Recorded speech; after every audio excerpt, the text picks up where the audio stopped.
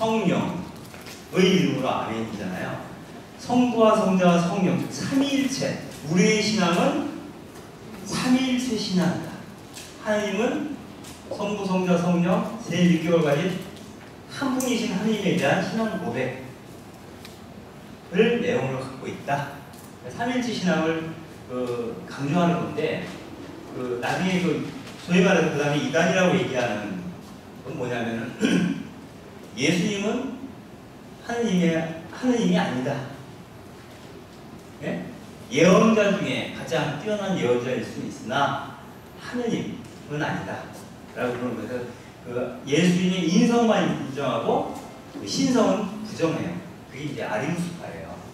그죠?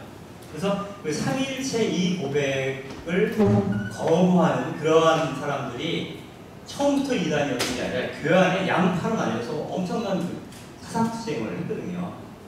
그 사상투쟁 과정 속에서 이제 공의회, 종교회의에서 이제 한쪽 손을 들어준 거예요. 그 결과로 우리가 지금 고백하고 있는 삼위일체 신앙이 나오는데, 그러한 어떤 그 삼위일체 자체를 부정하는 그룹들이 많이 생기니까 교회 안에 공개적으로 하나님은 성부, 성자, 성령 삼위일체시다라는 걸 아주 크게 보여주면, 이게 사람들이 보면서 누구나 다 크게 그걸 확인하는. 그러니까 이걸 안 하면 어떻게 돼요? 뭐가 돼요? 이걸 안 하면 이단이 되는 거예요. 우리가 아까 뭐 박는 거 뭐죠? 성화를 박는 거? 네? 후미에를 박는 것처럼 이걸 안 하면 그건 이단이 되는 거예요. 삼위일체 신앙을 거부하는 그런 어떤 용도에 따라서 사실은 이 큰 십자성호가 등장을 하게 돼요. 그럼 이 십자성호라는 게 뭐냐? 이거는 그리스도교 신앙의 요체를 가장 간결하게 정리해 놓은 게 성호경. 그거를 조금 더 풀어놓은 게 주님의 기도예요. 주님의 기도에 대한 얘기는 조금 이따 할 건데, 성호경의 의미는 어떻게 돼요? 성호경의 의미는 뭐죠? 성부와 성자와 성령이죠. 성부와 성자와 성령인데, 뭐 이름을 아멘은 뭐 받아들이겠다는 뜻이니까 아멘이란 말이 그렇게 될지어다 받아들입니다, 귀의합니다 이런 뜻이잖아요. 이건 뭐냐면 성호를 볼 때 어떻게 해요? 하느님께서 하강을 하죠. 십자가는 항상 위에 수직을 먼저 붓고 수평을 나중에 봐야 돼요. 거꾸로 하면 안 돼요. 됐어요? 원래 알던 건가요? 네. 왜 그런 거예요? 그건 뭐냐면 하느님께서 사람이 되시어 우리 가운데 계셨다라는 뜻이에요. 그냥 단순하게 성부 성자가 아니라 성부가 성자가 되었다는 뜻이에요. 즉 성부와 성자가 할 때 뭐를 드러내는 거예요? 강생신학을 확인하는 거예요. 하느님이 사람이 되시어 우리 가운데 당신의 천마음을 짓고 하셨다. 이렇게 얘기를 하는 거예요. 그래서 하느님이 인간이 되었다라는 건데, 이거는 다른 의미로 그거죠. 여러분들이 다른 강의에서 누누이 얘기를 했지만, 하느님이 사람이 되었다. 이건 다른 말로 살이 되었다. 살덩이가 되었다라는 거예요. 그리스어는 사르크스예요. 사르크스라는 말은 뭐냐면, 이 몸을 뜻하는 말이 두 가지가 있습니다. 소마가 있고 사르크스가 있는데, 소마는 거룩한 몸, 영적인 몸, 고상한 몸, 그런 뜻이에요. 네? 그러니까 이거는 이 소마를 가진 인간들은 주로 귀족이나 왕이라거나 당대의 영웅이라거나 이런 사람들은 다 소마예요. 그죠?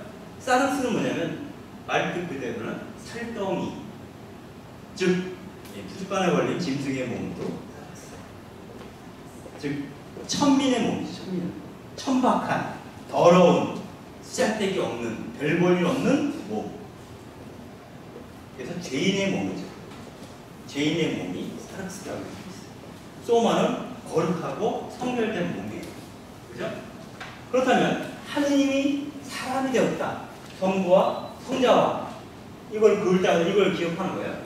하느님이 사람이 되었다는 것은 하느님께서 사람이 되었는데 고귀한 몸으로 태어나신 게 아니라 천민의 몸으로 태어나신. 이 천민을, 이 당시에 천민을 다른 말로 하면 노예의 몸으로 태어났다. 왜? 하느님께서 사람이 되신 이유가 뭐죠? 왜 하느님께서 사람이 되기로 작심하셨다는 거예요? 어떻게 배웠나요? 인류를 구원하기 위한. 죄에서 모르겠고 인류를 구원하기 위하여. 죄도 맞죠. 죄에서 구원. 이것도 좀 주인에게 왜 죄가 뭘 죄라고 부르는지를 얘기할 거예요. 근데 여기서는 하느님이 사람을 구하기 위해서 사람이 되시는 거예요. 사람을 구하기 위해서 사람이 되셨는데 천한 몸으로 강생을 하시잖아요. 그러면 사람 가운데 누구를 구하기 위한? 노예들을 구하기 위한. 하느님께서 노예들을 구하기 위해서 노예의 몸으로 오셨다. 이게 강생이잖아요. 여러분들 이거를 확증할 수 있는 건 복음서에 수없이 많이 나와요. 가장 대표적인 것은 마태복음에서 예수님이 태어나실 때 베들레헴에서 태어나죠. 베들레헴에서 태어나는데 이때 헤로데 왕이 이 지역에 태어난 2살 미만의 아기들을 죽이라고 학살 명령을 내대요. 그래서 이 아기 예수와 마리아와 요셉이 어디로 가요? 에집트로 도망을 가요. 그러면 에집트에서 뭐로 살았어요? 난민으로 살았거든요. 정치적 망명이에요. 왜? 왕이 죽이려고 해서 목숨을 구하기 위해서 이렇게 생계를 놓기 위해서 일하러 간 게 아니에요. 사람들이 목숨을 구하러 간 건 뭐예요? 망명이죠. 그럼 이 사람은 뭐예요? 난민이에요. 지금 난민 얘기 많이 나오고 있잖아요. 예수 가족이 난민이었어요. 난민은 사실상 고대 사회에서 노예와 다름없어요. 자국민도 아닌데다가 하층민이잖아요. 외부에서 이방인들을 대접해 줄 리가 없죠. 그래서 예수님이 노예의 처지로 왔다라는 걸 여기서 확증시켜 주는 거고, 그리고 상징적으로 에집트로 피난하잖아요. 이스라엘 백성들이 원래 뭐였다고 그래요? 에집트에서 노예살이를 하던 히브리 백성이라고 얘기하잖아요. 그들을 구원하신 분이 누구예요? 바로 이 하느님. 그죠? 에집트에서 고난당하던 히브리 노예들을 구원하셨던 하느님께서 이제 에집트에서 고생하던 그 노예처럼 살고 있는 예수님 시대에 노예처럼 살고 있는 사람들을 구원하시기 위해서 당신 스스로 노예가 되기로 다시 한번 작정하셨다. 옛날에는 모세를 보냈어요. 이제는 모세를 보내서 안 돼. 이 성서에 나와요. 복음서에. 하인을 보냈더니 하인들을 다 죽였어. 그러니까 나중에 자기 아들을 보냈어. 저놈의 함숙이라고 잡아 죽였다고 그렇게 나오잖아요. 예전에는 모세를 보냈는데 요번에는 모세로 안 되는 거예요. 이제는 상황이 너무 악화돼서. 모세와 같은 예언자를 보내서 상황을 반전시킬 수가 없어요. 그래서 하느님이 직접 간 거예요. 하느님이 직접 노예들을 해방시키기 위해서 노예가 되어 우리 가운데 오셨다. 그러므로 우리는 노예들의 모습 속에서 누구를 발견하게 돼? 그리스도를 발견하는 거고, 그리스도를 발견하는 것은 하느님을 발견하는 거예요. 예수님이 이런 말씀하시죠. 나를 본 자는 누구를 본 것이다? 아버지를 본 것이다. 그죠? 우리가 노예들의 모습 속에서 그리스도를 발견할 수 있었다면 동시에 우리는 노예들의 모습 속에서 누구를 본 거예요? 아버지를, 하느님을 보는 거예요. 아기가 딱딱 맞죠? 이상해? 이상한 하나도 없죠? 이 성소의 구조에 딱 들어맞습니다. 이 엄청난 사건이 강생이에요. 단순하게 하나님께서 우리를 구원하시기 위하여 사람에 대해서 오셨대. 그래서 우리는 구유를 만들어서 성탄 예배를 하고 이렇게 얄팍한 얘기가 아니라는 거예요. 이 강생 사건. 굉장히 심하고 획기적인 사건. 그래서 우리가 성호를 볼 때 성부와 성자와 그냥 습관적으로 하지만 성부와 성자 하는 순간 그분이 노예를 구원하기 위해서 노예가 돼서 오셨구나. 나 같은 비참한 인간들을 구원하기 위해서 비참한 인간의 모습으로 오셨구나. 이거를 기억해야 되는 거예요. 성호 볼 때 기억하시나요? 하나잖아요. 그 다음에 수평으로 하죠. 성령 수평이에요. 뭐냐면 이 사람이 되신 하느님께서 다시 올라가셨죠. 그리고 나서 그래서 누구를 보내죠? 협력자, 성령을 보내시죠. 성령으로 말미암아 어떻게 돼요? 모든 사람, 이게 오순절 사건이에요. 그죠? 사도들에게 성령이 내리는 게 오순절 사건.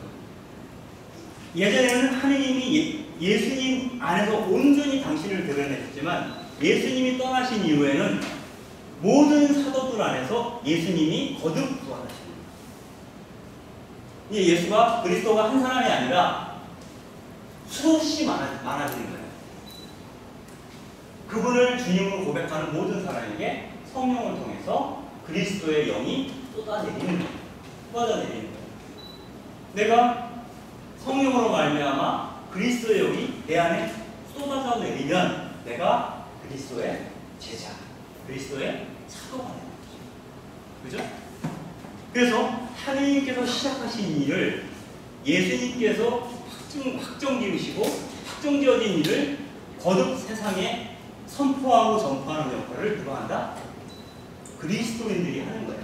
그리스도의 영이 쏟아져 내려지. 그래서 성부와 성자와 가지는 과거의 얘기예요. 옛날에 2000년 전에 하느님께서 너희들을 구원하시려고 노예가 됐대요. 그 노예가 되신 그분의 영이 이제는 성령을 통해서 나와 함께 하신대. 너 믿어? 네, 믿습니다. 아멘. 하는 게 성부와 성자와 성령의 이름으로 아멘. 이해되세요? 네. 그래서 성호경을 듣는 순간 나는 그분께서 우리와 같은 비참한 처지에 있는 그 마리아의 노래에 나오는 것처럼 비참한 여종의 신세를 돌보기 위하여 그분께서 오신 거잖아요. 그리고 그분이 하시려고 했던 일을 이제는 내 두 어깨로 그 일을 계속 수행합니다. 여러분들 바오로 사도가 이런 얘기를 합니다. 그분이 마저 하지 못한 일을 그리스도인들이 마저 달려야 한다는 거예요. 그분이 예수님 오심으로써 하나님 나라가 완성됐나요? 완성 안 됐잖아요. 그러면 하나님 나라의 대문을 열어놓은 거예요. 그럼 그걸 끝까지 가져가서 하나님 나라가 이 지상에 온전하게 이루어질 때까지 일해야 되는 일꾼들은 바로 모든 그리스도인, 성령의 은사를 듬뿍 받은 그 그리스도의 양 어깨를 통해서 하나님 나라를 떠받쳐야 된다는 거예요. 이게 이제 그리스도인 혹은 하나님의 일꾼, 그리고 이 일을 하는 사람들을 하나님의 아들이며 또한 하나님의 딸이라고 불릴 거라고 얘기합니다. 이 얘기를 하는 이유는 뭐냐면 산상설교에 보면 어떤 얘기를 하면 평화를 위해 일하는 사람들, 복되다, 행복하다, 복되다, 평화를 위하여 일하는 사람들, 그들은 뭐라고 불릴 것이다? 하느님의 아들이라 불릴 것이다. 그래서 복되다. 이 복은 뭐예요? 영어로 복되다. 이 복이 뭔가요? 영어 모르세요? 1학년 중학교 1학년 그레이스는 은총이라는 뜻이고요. 은총을 받은 게 복된 거죠. 그렇죠? 그레이스를 받은 게 복된 건데 이 복은 우리가 흔히 행복하다 이렇게 얘기를 하니까 행복해? 영어로는 뭐야? 해피, 피스메이커 이렇게 쓰여져 있을 것 같지만 영어 성경에는 전혀 달라요. 해피가 아니라 브레싱입니다. 브레싱. 축복받을지어다. 이것은 해피한 거랍니다. 해피는 뭐냐면 지금 일시적으로 이제 좋은 일이 생긴 거예요. 마치 떡을 먹고 싶었는데 어느 형제님이 떡을 사왔어. 와, 오늘 기분 쎄진다. 이게 해피잖아요. 우리 딸내미가 바라던 대학에 오늘 합격했대. 통지서 받았대. 해피하죠. 그러나 그것이 내적으로 충만한 행복은 아니에요. 일시적인 거예요. 그 순간에 잠시 왔다 가는 행복이죠. 브레싱은 뭐냐면 상황의 변화와 아무 상관없이 행복한다. 다른 말로 표현하면 내가 어떤 상황이 와도 내가 하느님 현존 안에 머물 수 있을 때 그때는 상황에 따라 내 마음이 바뀌지 않아요. 내가 나한테 불행이 닥쳐와도 내가 하느님 현존 안에 머물게 되면 그 불행을 긍정적으로 해결하는 거예요. 그리고 그걸 하지 못한 사람은 절망하고 자살할 때까지 하죠. 그럼 하느님 현존 안에 머무는 자는 그렇게 절망하지 않는다는 거예요. 그래서 하느님 현존 안에 머무는 자, 다른 말로 아까 그리스라는 표현, 하느님 은총 안에 사는 자, 그게 이제 블레싱이고 행복한 사람이에요. 축복받을지어다. 하느님의 은총이 듬뿍 내려질지어다. 누가? 피스메이커, 평화를 만드는 사람. 이 사람들은 하느님의 아들로 불립니다. 이걸 무슨 식으로 하면 하느님의 아들 혹은 하느님의 딸로 불릴 것이다. 이렇게 써야 되겠죠. 양성 평등적인 언어를 썼다면 그 당시에. 그러면 이 평화, 피스메이커라는 게 왜 이렇게 중요하냐면 바로 예수 그리스도는 무엇을 배우신 거예요? 이 세상에 평화를 주려고 오신 거예요. 모든 예언서의 가장 궁극적인 이상은 평화예요. 아까 그 얘기 나누는 정의에 대한 얘기를 했지만 정의에 대한 얘기를 모든 얘기를 하지만 결국 정의가 이루어진 상태가 평화잖아요. 그죠? 평화는 정의가 이루어져야만 그 다음에 가능한 상태니까 궁극적인 상태가 평화예요. 그래서 우리가 그 소위 그 얘기하는 신학적으로 얘기하는 천년왕국, 이건 평화의 나라. 뭐 사자들과 뭐 늑대들이 서로 어울려 놀고 뭐 어쩌고 이런 것들이 다 평화를 상징하는 거죠. 서로 해치지 않고 잡아먹지 않고 서로 사이좋게 지내고 서로가 서로의 선을 위해서 노력하는 사회. 그게 평화로운 사회. 그래서 사회규리에서도 보면 간추린 사회규리 목록을 쭉 보면 뭐 환경, 노동, 경제 쭉 있어요. 정치 뭐 있다가 맨 마지막 장이 뭐예요? 평화입니다. 맨 마지막 장. 가장 궁극적인 목표고 평화가 이루어진 상태가 하나님 나라. 이렇게 볼 수 있죠. 그래서 그리스도의 메시지, 복음적 메시지의 궁극적인 개념은 평화. 그래서 그리스도는 평화의 왕. 우리에게 평화를 가져오시는 분. 이렇게 인식되어야 되는 거예요. 그렇다면 바로 내가 이 얘기를 왜 하는 건데? 갑자기 까먹었어. 성령 얘기하면서, 네. 그러니까 성령을 듬뿍 받은 사람들은 바로 그 평화를 가져오는 사람들이고, 이 평화를 가져오는 사람들이 곧 하느님의 아들 또는 딸로 불리게 될 것이다 라는 건데, 결국은 하느님께서 사람이 되신 우리 가운데 계셨고 우리 양 어깨를 통해서 성령으로 말미암아 그분이 하시려고 했던 하느님 나라 운동이죠. 그 복음을 계속 선포케 하셨다. 그리고 나도 그 평화를 위해 달리고 있다라고 할 때 나는 또 다른 게 뭐가 돼요? 그리스도가 돼요. 한 분 그리스도로부터 수많은 그리스도가 탄생하는 거죠. 그래서 이런 얘기도 합니다. 마리아에 대한 얘기를 할 때 마리아를 우리가 존경하잖아요. 그리고 그리스도인의 모델이라고 얘기합니다. 마리아를. 왜 그럴까? 마리아가 했던 일 가운데 가장 큰 게 뭐였죠? 마리아 성모님이 취했던 가장 큰 공적이라고 해야 될까? 가장 큰 일.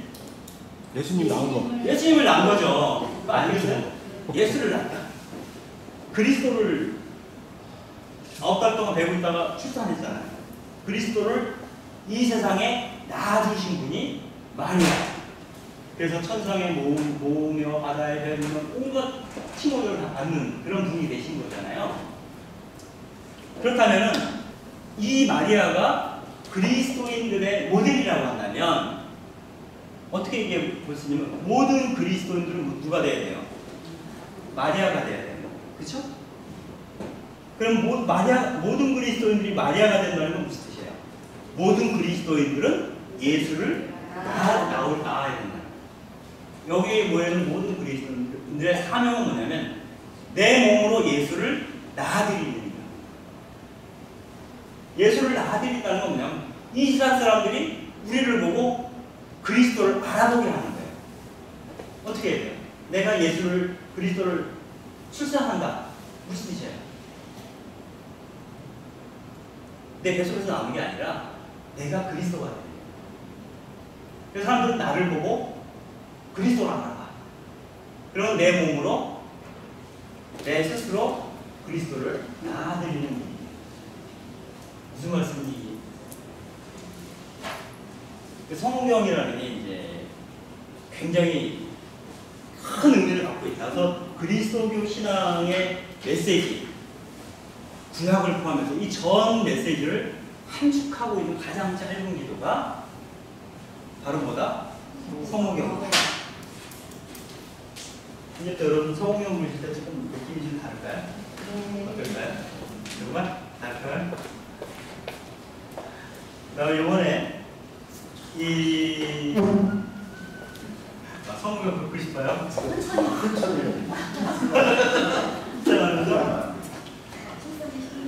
한국 종교학회가 미국 종교에서는 진짜 크게 오더라고요. 이거. 그러니까 여기서 우리는 여기까지 오잖아요. 가슴 깨봐죠. 그러니까 한국 종교학회 여기 국가에 내려오더라고요. 한국 종교회. 한국 종교회? 네, 정교회. 정교회. 아 정교회. 네, 국가에 내려오더라고요. 정교회는 오른쪽부터 할 거야. 네 맞아요. 반대로. 원래 우리도 오른쪽부터 했었어요. 나중에 할게요. 신학적인 이유. 아 성경 그렇고요. 그 다음에 이번에 주님의 기도에 대한 이야기를 할 텐데,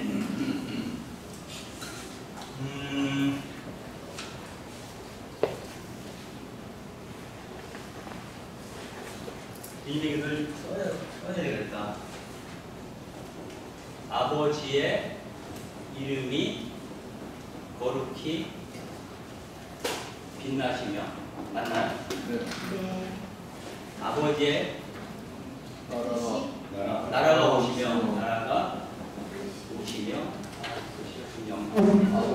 아버지의 뜻이 하늘에서 같이 땅에서도 이루시도록. 앞기절이잖아요. 그 다음에 오늘 저에게 일용할 양식을 주시고 저희에게 잘못한 일을 저희가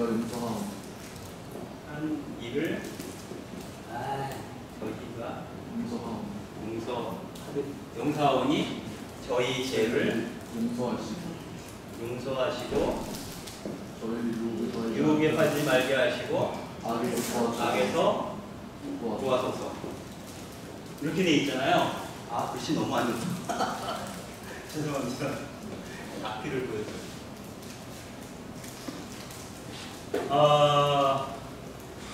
여기서 보면 이 주님의 기도인데 여러분들이 딱 보다시피 요거는 이제 우리 지상의 문제, 땅의 얘기예요. 땅의 얘기고, 요 위에는 굳이 나누자면 하늘의 얘기예요. 하늘의 얘기라는 것은 뭐 하늘에 관한 얘기라고 볼 수 있고, 하늘에 관한 기도고, 밑에서는 땅, 인간에 대한 거죠. 인간의 삶과 관련된 기도를 드리고 있어요.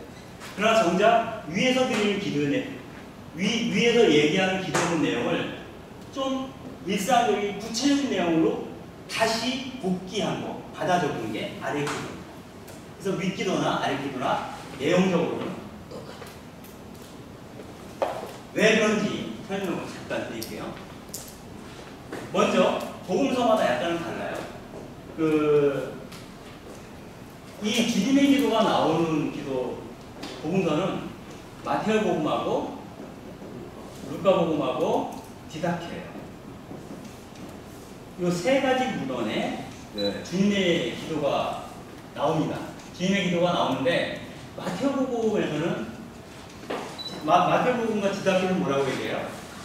하늘에 계신 이 붙어요. 그리고 루카복음에는 이게 없어요. 하늘에 계신이 없어요. 근데 하늘에 계시는 일종의 관용구예요. 그분이 하늘에 계시다라고 그 당시엔 표현을 했기 때문에 나온 관용구이기 때문에 지금 하늘에 계신 자체를 들어가나 들어가지 않나 크게 문제되지 않나 문화적인 요소이기 때문에 중요한 것은 아버지라고 부르는 건데 이 앞기절이 뭐냐면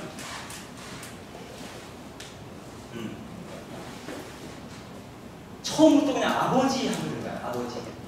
그런데 이 당시에 랍비들이 드리던 기도가 있어요.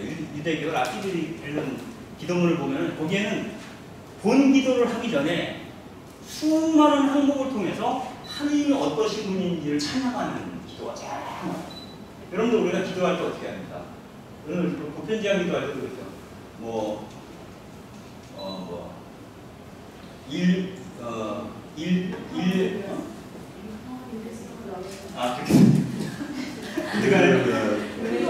보통 이제 우리가 기도할 때는 처음에는 기도를 할 때는 뭔가 바라는 바가 있어서 기도하는 거잖아요.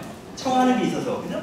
바라는 게 있어서 기도하는데 이 바라는 바가 이루어지려면 이루어지었으면 좋겠죠? 그러면 앞에서 뭐를 해야 돼요?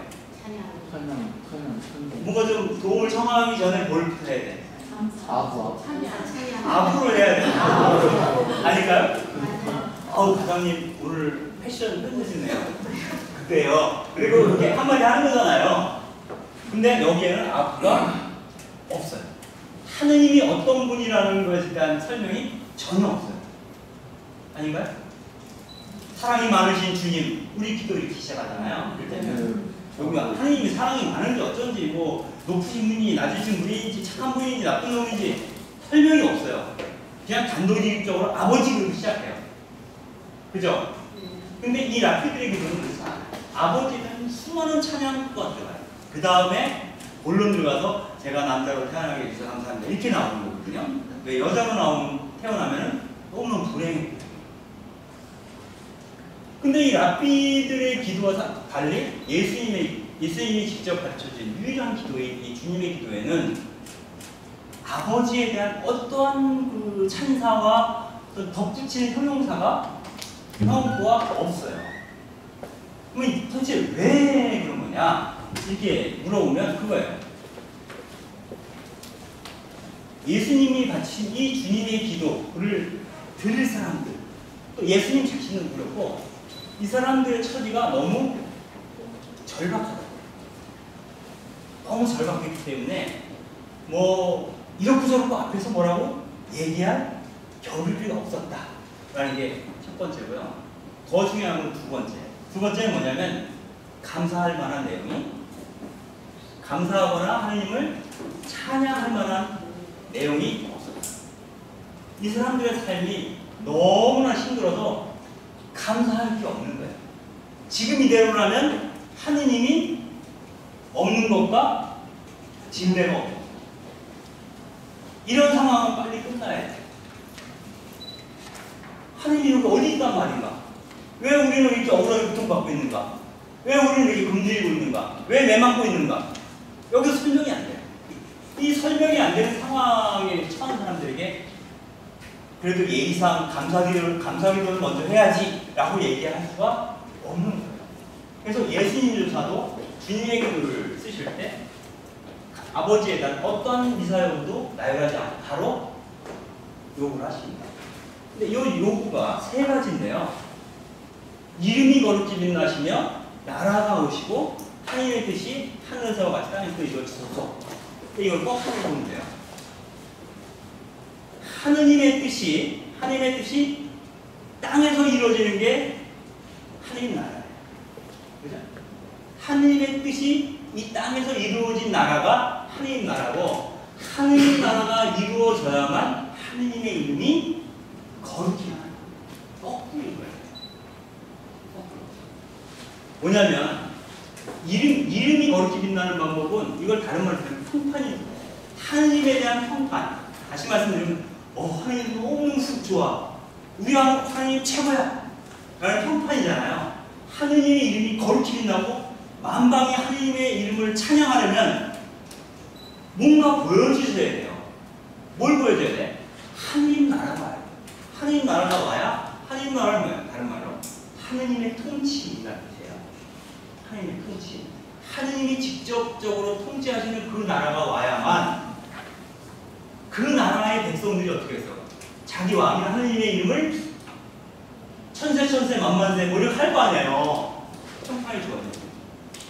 근데 그 하느님 나라의 비전은 뭐냐? 하느님 나라는 구약 성경에는 신약입니다. 신약에서는 하느님 나라라고 얘기하지만 희년이 온 거예요. 희년이라는 게 뭐예요? 빼앗긴 땅을 다 돌려받고 노예들이 다 자기 땅으로 해방되어서 자기 가족들에게 돌아가는 때를 희년이라고 불러요. 그래서 이 이스라엘 평등공사가 처음 시작했던 그 상태로 다시 원상복귀하는 거예요. 그 상태가 희년이죠. 그래서 예수님께서 그 나자렛 회당에서 처음 이렇게 공적인 발언을 하신 것이 이사야서를 펼치시고 그걸 읽으시죠.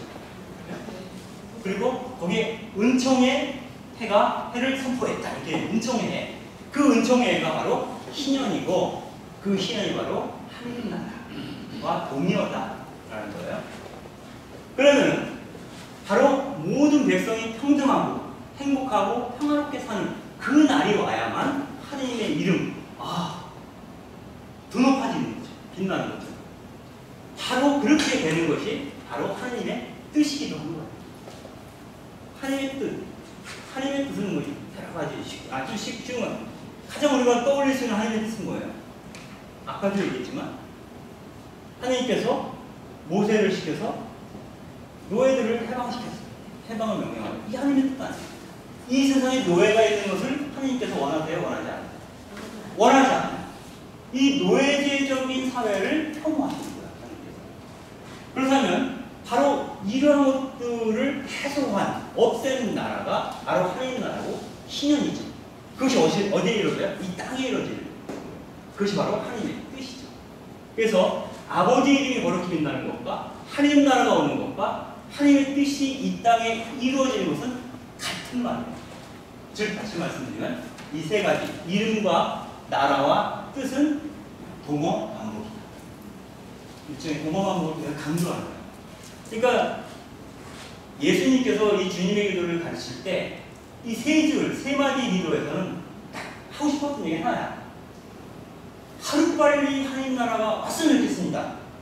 하나님 이렇게 기도한 거예요. 하나님 나라 빨리 오게 해주세요. 하나님 이렇게 기도한 거예요. 이거를 세 줄로 나눠서 얘기한 거예요. 그죠? 아주 간단해요. 이거. 간단하죠? 그런데 이렇게만 얘기하면 재미없잖아요. 그럼 이 하나님 나라가 이 땅에 이루어지는 것, 하나님의 뜻이 이 땅에 이루어지는 것, 그리고 그분의 이름이 거룩히 빛나는 그 나라는 그 나라가 오기 위해서는 무엇이 필요한가 우리에게? 무엇이 필요한가? 필요에 대한 얘기를 합니다. 첫 번째로 일용할 양식. 첫 번째 일용할 양식을 얘기합니다. 양식. 이건 뭐냐면 이 당시에 이스라엘 그 하층민들이 가난한 사람들이 가장 절박하게 느꼈던 게 두 가지입니다. 하나는 굶주림에서 벗어나는 거예요. 너무너무 가난해요. 특히 이제 갈릴리아 지방 같은 경우는 이 갈릴리아 호수가 있잖아요. 갈릴리아 호수가 있으면 원래 이 갈릴리 지방의 수도가 어디였냐면 나자렛에서 한 5~6km 떨어진 곳에 있었던 세포리스라는 곳이에요. 이 세포리스가 이제 헤로드 안티파스 이전부터 갈릴리아 지방의 수도였어요. 그래서 이 지역을 중심으로 이제 헤로드 안티파스가 다스리다가 물건 먹고 다 물건 먹고 더 이상 나올 게 없으니까 수도를 옮깁니다. 어디로 옮겨요?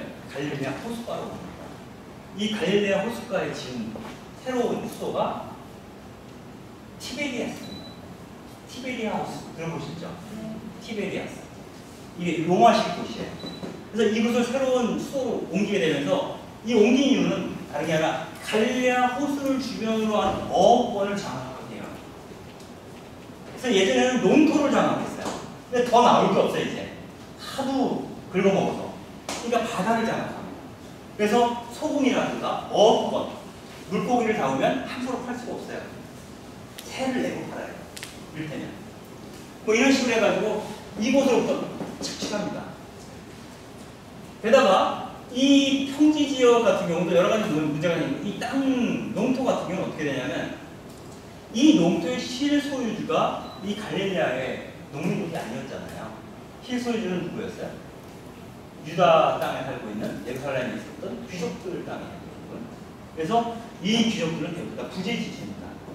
자기 몸은 예루살렘에서 그 예루살렘 성도 도시에 그 빌라를 짓고 살고 있고 농토는 갈릴리아에 있죠. 그래서 소출의 한 50% 정도를 받아오죠. 이런 건데 문제는 뭐냐면은 이 대토지 소유자, 이 지주들이 이 땅을 점유한 이후로 이 땅을 예전처럼 밀이나 이런 걸 키우는 게 아니라 뭘 키워요? 그래서 대추야자라든가 올리브 같은 걸 키워요. 이런 거 특용 작물이에요. 그렇게 하다 보니까 원래 어서 밀이나 이런 농사를 짓는 사람들이 쫓겨나. 그렇게 많은 인원이 필요하지가 않게 돼요. 그러니까 이 자기 농토로 또 밀려난 농민들이 뭐가 돼요? 실업자가 되는 거예요. 실업자. 가지고 이 갈릴리나 호수 주변에 이런 실업자들이 드글드글 했던 거예요. 그러니까 이 많은 사람들이 예수님이 등장하셨을 때 예수님이 가는 곳마다 쫓아다니면서 그 예수님 얘기를 들으려고 했던 사람들이 다 바로 이때 속도로 나온 실업자들이었다. 그리고 어부들도 생계에 위협을 느끼고 있었다. 그래서 이 당시에 예수님께서 하나님 나라에 대한 비유를 주실 때 늘 잔치의 비유를 들어요. 잔치. 그죠? 그리고 문헌을 보면 끝없이 계속 반복되는 게 굶주린 자들은 행복하다. 어쩌고 먹는 얘기. 5병이요 4,000명을 먹으신 기적, 5,000명을 먹으신 기적. 먹는 얘기가 굉장히 많이 나와요. 그래가지고 예수님 보고 사람들이 먹고요 술포라고 비난해요. 그죠? 먹는 것과 예수님이 굉장히 긴밀한 관계가 있어요. 왜 그럴까요? 예수님이 식탐이 많아서.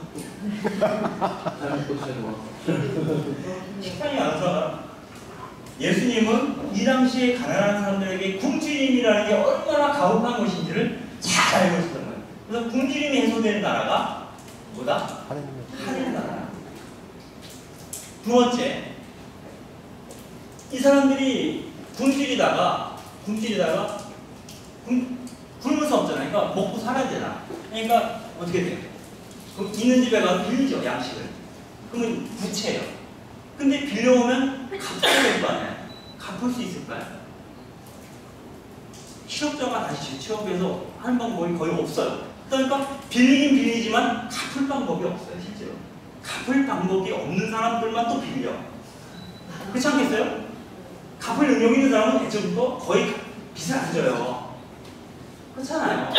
그래서 그런 갚을 능력이 없는 사람들에게 돈을 빌려주고 나중에 장기를 적출해내는 놈들이 있는 거잖아. 못 갚을 거 뻔히 아니까. 응? 마찬가지죠. 그래서 이 당시에 빚을 못 갚은 이 가난한 사람들이 물론 자기 식솔들, 가족을 노예로 팔죠. 아이들. 그다음 안 되면 자기도 노예로 팔리는 거예요. 자기 몸값이에요. 빚 때문에 노예가 되는 사람들이 많이 생겨나는 거예요. 그래서 이 양식이 없다. 즉 배고픔이라고 하는 문제는 바로 뭐랑 연결돼요? 부채와 연결돼 있어요. 부채를 갖게 되면 거의 노예로 가요. 이게 비참의 3단계 공식이죠. 너무 배고파. 돈을 빌려 못 갚아. 노예가 돼. 이게 이란 사람들의 상황이었죠. 그러니까 예수님 하나님 나라는 바로 이러한 것들이 없어지는 나라예요. 그러니까 제일 먼저 오늘 우리에게 이러한 양식을 줬어. 이렇게 얘기합니다. 근데 여기서도 두 가지가 나오는데요. 하나는 디다케와 마태복음에서는 오늘 저희에게 일용할 양식을 주시고 이렇게 돼 있어요. 그런데 루카복음에는 어떻게 되어 있냐면 날마다 저희에게 일용할 양식을 주시고 저희에게 날마다 필요한 양식을 주시고 이렇게 되어 있어요. 달라요. 근데 그렇게 되었던 이유는 뭐냐? 루카 공동체는 이 디다케와 마테오 공동체는 이스라엘 권역에 있던 공동체예요. 루카 공동체는 이스라엘 영토 밖에 우리가 디아스포라라고 얘기하잖아요. 소아시아 지역에 있던 공동체예요. 그래서 이 루카 공동체는 이른바 부유한 사람들과 가난한 사람들이 섞여 있는 공동체예요. 그런데 디다케와 마테오 공동체는 가난한 사람들이 드글드글한 공동체예요. 그러다 보니 좀 여유 있는 공동체는 이렇게 얘기할 수 있어요. 어제도 먹을 걸 주었듯이 오늘도 주시고 내일도 주시고 날마다 주세요 라고 조금 유연하게 기도할 수 있었어요. 그러나 마태오 공동체는 당장 오늘 먹을 양식이 없는 사람들이에요. 이 사람들은 내일까지 말하지 않습니다. 주님. 오늘 먹을 거라도 주세요. 이게 주의 기도의 내용입니다. 여러분들 주님의 기도하면서 오늘 저에게 필요한 일용할 양식을 주시고 할 때 오늘만이라도 밥을 주세요. 이런 마음으로 기도하시나요? 그렇지 않잖아요. 그냥 습관적으로 하는 거잖아요. 오늘 저에게 기도를. 오늘 필요한 양식. 근데 이 오늘이란 말은 그렇게 절박한 그들의 가난의 상태를 반영하는 라는 것을 알 수가 있습니다. 제 입을 미리. 그리고 그 다음 줄이 이제 이 부채에 대한 얘기입니다. 저에게 잘못한 일을 저희가 용서하듯이. 여기서 잘못이라는 말은 원어는 저희에게 부채를 진 자, 빚진 자예요. 저희에게 빚진 자들을 저희가 용서, 이거는 탕감입니다. 저희가 탕감해 주었듯이 저희의 부채를 탕감해 주시고 이렇게 됩니다. 원문. 무슨 말씀인지 아시겠죠? 우리가 나한테 빚진 자들을 안 갚아도 돼. 너 먹을 게 없으면 왜 왔잖아. 안 갚아도 돼. 라고 탕감해 준 거야. 그렇듯이 우리가 살면서 하나님께 부채를 진 게 있어. 하나님의 계명대로 못 사는 게 있을 거 아니에요. 내가 소위 죄라고 얘기하는 것이죠. 율법을 지키지 않는 것들이라든가. 내가 저 사람의 빚을 탕감해 준 것처럼 주님, 제가 당신한테 진 빚도 탕감해 주세요. 이렇게 기도를 하는 겁니다. 여기서 이 부채를 탕감한다는 것과 죄를 용서해 준다는 말이 같은 말이라고 하는 것을 알 수 있는 복음서 구절이 있습니다. 그건 뭐냐면 복음서에 보면 이런 말이 나와요. 주님, 선생님, 우리가 사람을 몇 번이나 용서해야 되니까, 그러니까 70번인가? 기억도 안 나. 네? 70번씩 70번? 7번씩 70번을 용서하여라. 죄를 용서해 주라는 얘기를 하잖아요. 그 다음 밑에 나오는 이야기는 어느 부자가 누가 빚을 탕감해 줬는데 뭘 했는데 주인이 빚을 탕감해 줬어. 근데 그놈이 자기한테 빚진 사람을 족쳐가지고 이런 얘기가 나와요. 그러니까 바로 죄에 대한 얘기 밑에 부채에 대한 얘기다. 같은 의미라는 거죠. 이건 왜 같은 의미, 다른 의미이면서도 같은 의미냐면 여기서 죄라는 것은 다시 말하면 죄라고 하는 것은 율법을 지키지 않은 거예요. 율법의 명령을 지키지 않은 게 죄인데 율법이 어떻게 되어 있냐면 생계를 위해서 빌린 자의 돈을 투기해서 받아내지 말라고 얘기를 해요. 그리고 네가 만약 그 저당을 웃옷을 저당을 잡았걸라 해가 지기 전에 돌려주라고 얘기해요. 왜냐하면 그 당시에 가난한 사람들은 옷이 한 벌밖에 없었거든요. 속옷이 없어요. 겉옷이 밤이 되면 그냥 이불이 되는 거예요. 그냥 그거 덮고 자는 거예요. 잘 때 얼어 죽는다고. 해가 지면 죽어. 그래서 그 가난한 자의 생명권을 지켜주기 위해서 약자보호법이 기본적으로 그 모세오경이 합니다. 그래서 율법에 따르면 가난한 자들을 이렇게 착취해서는 안 된다고 하는 것. 그리고 가난한 형제가 자기 곁에 터잡고 살 수 있도록 도와주라는 얘기가 나옵니다. 그러니까 그 자기보다 어려운 사람들, 동족들을 돌보지 못한 죄. 돌보지 못한 죄. 다른 말로 표현하면 부채가 졌다. 또 이 부채가 그 장사를 하는 과정, 영리적인 사업, 상업적인 어떤 거래 과정에서 생긴 부채에 대해서는 이런 얘기 안 해요. 거기에 대해서는 그 모세오경에서 문제 삼지 않아요.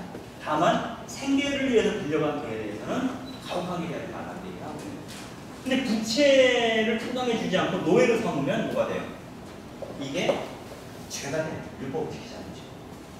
그래서 부채를, 그러니까 생계로 인한 부채를 탕감해 주는 것이 하느님의 율법에 맞는 것. 그걸 지키지 않으면 죄. 그래서 저에게 잘못한 일을 저희가 용서하듯이 저희를 용서하시고라는 말은 타인을 제대로 돌보지 못한 저희 죄를 용서해달라는 요청이에요. 그래서 저희 죄를 용서받기 위해서 그 전제 조건으로 내가 타인이 나에게 잘못한 것뿐만 아니라 타인이 나한테 지은 부채마저도 내가 탕감해줄 용의가 있어야 된다는 걸 전제로 하는 거예요. 그래서 이거를 자꾸 이제 우리는 계속 잘못한 일을 저희가 용서하듯이 저희의 죄를 용서하시고 요거로만 계속 읽고 있기 때문에 마치 이 규절을 개인적인 우리 죄 있잖아요. 뭐 어디가 소리를 사회적이거나 그런 거 있잖아요. 우리가 거짓말을 했다거나 뭐 이런 것들 이런 개인적인 죄의 한정에서 생각을 하는데 그게 아니라 이 자체도 사회적인 거다. 그러면 이 유혹이라는 건 뭐냐? 우리가 저희를 유혹에 빠지지 않게 해주시고 유혹에 빠지지 않게 유혹이 뭐냐? 유혹에 대해서는 여러 가지로 얘기합니다.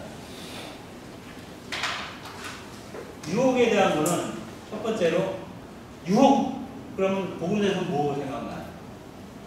광야에서 예수님이 계실 때 사탄이 뭐 유혹을 하죠. 돌로 빵을 만들라고 등등등. 그래서 그런 유혹이죠. 세상의 권력과 재물과 명예와 영광을 얻으려고 하는 유혹에 우리가 빠지지 않도록 해주시고 라는 뜻도 있고요. 이런 뜻도 있고 두 번째는 지금 우리의 상황은 뭐냐면 이 땅이 하늘의 뜻을 땅이 하늘의 뜻이 이 땅에서 전혀 이루어지지 않고 있다고 하는 상황을 전제로 하는 거예요. 그죠? 이 땅의 상황이 하늘의 뜻과 전혀 상관없이 이루어져 있어요. 죄로 가득 차 있어요. 탐욕으로 가득 차 있어요. 많은 사람들이 굶주려 있고 많은 사람들이 부채로 인해서 노예살이를 하고 있는 상황을 전제로 하는 거예요. 그러다 보니까 오늘 우리에게 유용한 양식을 받고 우리가 그 부채를 탕감받고 그래서 하늘의 뜻이 하늘의 나라가 이루어지기 위해서 뭔가 변화가 필요한데 이 변화를 어떻게 이룰 것인가? 이름은 방법론이다 라고 하는 학자들이 있어요. 그 방법론은 뭐냐면 폭력에 대한 유혹. 저 사람들이 우리를 억누르는데 이거 그냥 어떻게 말로 안 된다. 몽둥이라도 잡고 때려 엎어야 된다 라고 하는 폭력에 의존해서 세상을 뒤엎는다라고 하는 비전 없는 희망에 대한 유혹을 얘기를 하는 거예요. 이게 뭐냐면 예수님이 연행당에서 가실 때 그때 그 베드로가 칼을 들어서 뭐 요한복음에서는 베드로라고 얘기하고 다른 복음에서는 누군지 얘기를 하고 있지 않지만 그 종의 귀를 자르잖아요. 그때 그 칼을 들고 칼집에 넣어라. 칼로 만나라, 칼로 막았다. 뭐 이런 얘기를 하고 있거든요. 그리고 그 제자들을 그 지역의 고을에 파견할 때, 선교를 파견할 때 예수님이 이런 얘기를 하죠. 너희들이 그 선교를 나갈 때 전대도 가져가지 말고 신발도 여벌의 신도 갖고 가지 말고 지팡이도 들고 가지 말고 뭐 이런 얘기를 해요. 그 중에서 지팡이에 대한 건데 초기 복음에서는 지팡이조차도 가져가지 말라고 얘기해요. 그런데 후기에 쓰여진 복음서에서는 지팡이 정도는 가져가라고 얘기해요. 그럼 뭐냐면 지팡이도 가져가지 말라는 것은 너무 가혹한 처사로 제자들의 생각에는 비춰졌던 모양이에요. 그래서 나중에 나중에 쓰여진 문헌에는 지팡이 정도 들고 가야 된다 이런 식으로 바뀌게 되는데 지팡이가 왜 필요했을까요? 성경 나갈 때 용도가 뭔가요? 무기야. 아니. 무기가 두 가지예요. 근데 사실 한 가지는 이유가 되고 한 가지는 거의 효과가 없는 건데 강도를 만났을 때 그 방어 수단일 수 있는 최소한에 지팡이 강도를 막을 수 있을까요? 현실성 별로 없어요. 보통은 이제 이 광야지대이기 때문에 뱀이 많아요. 그래서 뱀이 이렇게 손으로 할 수는 없잖아. 지팡이로 뱀들을 이렇게 걷어내는 일을 할 수 있는데 그래서 지팡이를 가져가지 말라는 건 뭐냐면 상징적인 의미일 수 있어요. 뭐냐면 모든 방어 수단을 포기하라. 모든 방어 수단을 포기하라. 이런 의미를 갖고 있어요. 그래서 그 비폭력적인 저항, 또 그 사랑과 연민을 통해서 이 세상이 바뀌기를 예수님은 바라셨다라고 하는 것을 가르치는 거고, 이 폭력으로 이걸 뒤집으려고 하는 이 다른 세상을 만들고자 하는 유혹에 빠지지 않게 하시고 라는 뜻으로 있는 게 맞다라는 얘기를 많이 해요. 왜냐면 그 당시의 상황이 그래요. 이 당시에 이런 나라, 하나님 나라라고 우리가 여기서 이렇게 얘기하고 있지만은 이 새로운 다윗의 왕국을 시구하는 백성들이 굉장히 많았거든요. 이들은 다 메시아를 기대했어요. 그 메시아는 우주적 군대를 통해서 로마 제국을 쳐부수고 새로운 이스라엘 왕국을 세우는 거였잖아요. 그 왕국은 어떻게 되어요? 폭력적으로 세우는 거예요. 폭력을 통해서. 군대를 통해서 세우는 것이었거든요. 그런데 그렇게 원했던, 그래서 반란이 많이 일어났어요. 예수님 시대 전후로 해서 그 수없이 반란이 일어났죠. 가장 대표적인 반란이 그 헤로데 왕이 죽었을 때 BC 4년경에 헤로데 왕이 죽죠.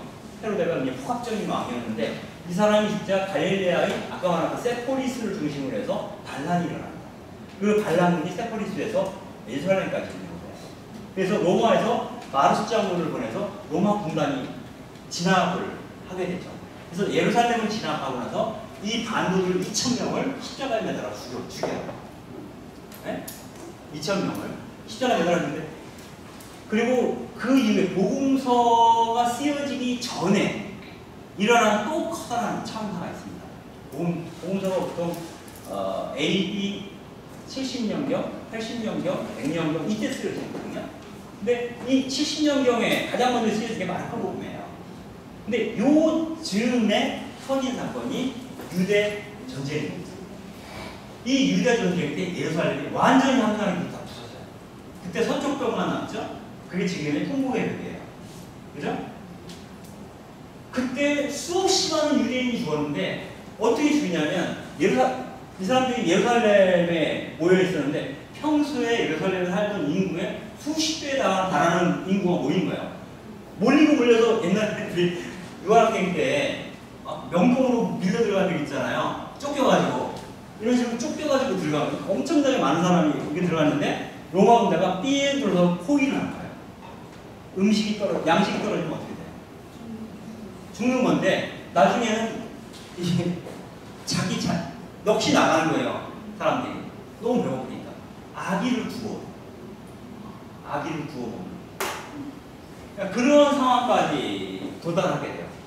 그래서 이때 그걸 못 견뎌서 탈출한 사람들 가운데 하루에 500명씩 처형이 됐다. 그러니까 이런 참사, 이것이 하나님이 이루는 길이냐, 이런 폭력을 통해서는 불가하다. 이런 의미에서 폭력에 의존하는 것은 또 다른 대응 폭력을 낳기 때문에 폭력과 다른 방식으로 하나님 나라를 이뤄야 한다. 그래서 폭력에 의존하려고 하는 유혹으로부터 해방된 것을 요구하는 것이다 라고 하는 해석을 하고 있고요.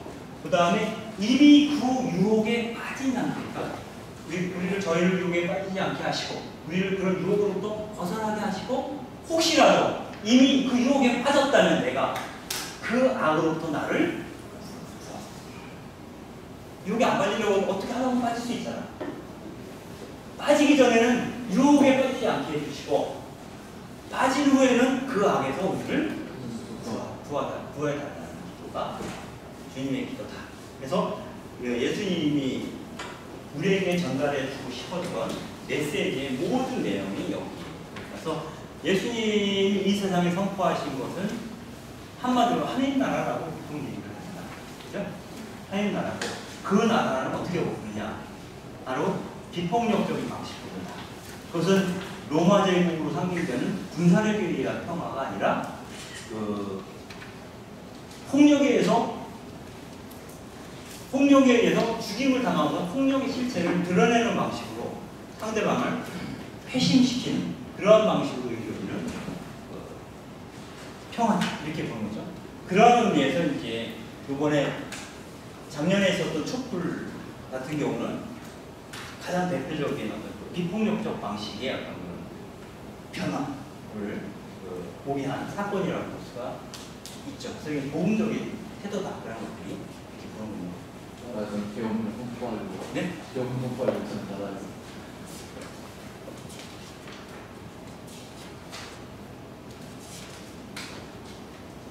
나이스. 기무사에서. 몇 시에 시작했죠? 7시 7시 한 20분에 시작. 7시 20분에 시작했어요? 네, 20분에 시작했어요. 네, 7시 1시간. 1시간 했네. 한 30분 동안 했더니. 시간 너무 빨리 갔다. 그죠? 네, 그러면 한 20분 정도 쉴까요? 10분만 쉴까요? 그냥 10분만 쉬고. 네? 15분. 네, 그럼 15.5분 쉬겠습니다.